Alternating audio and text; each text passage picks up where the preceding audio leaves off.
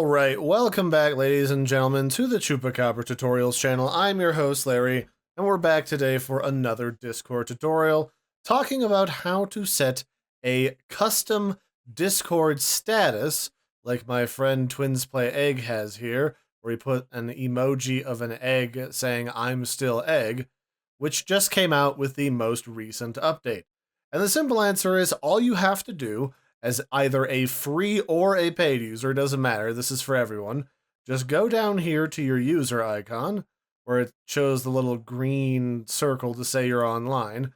And normally this is where you'd say, oh, I'm idle, as you step away to go run an errand, or do not disturb, I'm busy, or you pretend like you're logged off by saying invisible. But instead, you can set a custom status, and here you can select an emoji if you want. Like I could say deer, and I could say bucking buck wild.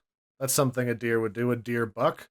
And then we can even set a little timer so that this clears tomorrow when it ticks over to the next day, or you can set it to turn off in 4 hours or 30 minutes so that your custom status will only be around for a set amount of time, or you can set it to be there forever. And now when I save it, you can see down here underneath the preview of my name, it says Buck Wild.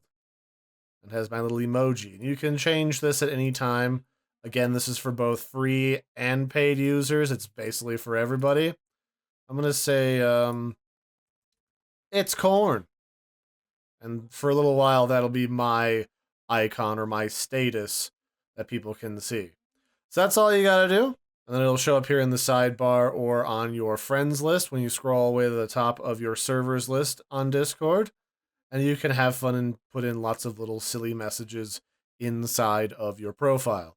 So that'll be it for this one, ladies and gentlemen. I've been your host, Larry. Don't forget to like and subscribe, and I'll catch you next time. Bye, everybody, and have a good one.